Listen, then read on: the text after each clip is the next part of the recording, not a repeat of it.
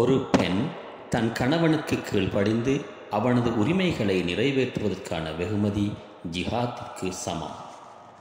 ஹசரத் Abdullah bin Abbas ரலியல்லாஹு அன்ஹு அவர்கள் அறிவிக்கிறார்கள், ஒரு முறை ஒரு பெண் ரசூலுல்லாஹி ஸல்லல்லாஹு அலைஹி வஸல்லம் அவர்கள் முன் வந்து, யா ரசூலல்லாஹ், அனைத்து பெண்கள் சார்பாக நான் அனுப்பப்பட்டுள்ளேன்.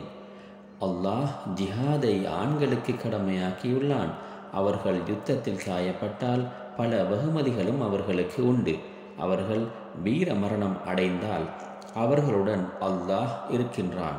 மறுபுறம் அனைத்து பெண்களுமாகிய நாம் கணவனுக்கு பணிவிடை செய்வதிலேயே இருக்கின்றோம்.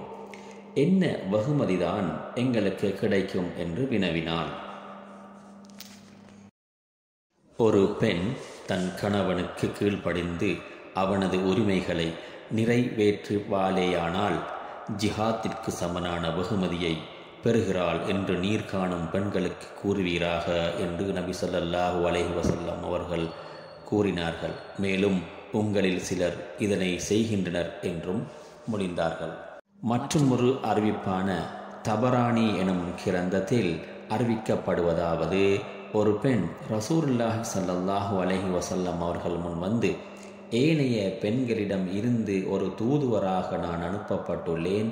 எனது இவ்வருகையை அறிந்த மற்றும் அறிந்திராத அனைத்து பெண்களும் இவ்வருகையை விரும்புவார்கள். ஆண்களுக்கும் பெண்களுக்குமான இறைவன் அல்லாஹ்தான். மேலும் பெண்களின் இறைவனும் அல்லாஹ்தான். அதே போன்று ஆண்களுக்கும் பெண்களுக்குமான இறைவனின் தூதரும் நீங்களே. அல்லாஹ் ஆண்களுக்கு ஜிஹாதை கடமையாக்கியுள்ளான்.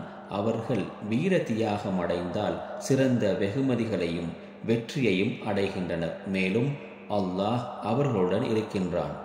என்ன நன்மையான காரியங்களை ஆண்களின் ஜிஹாத்திற்கு ஈடாகும் என வினவினார்.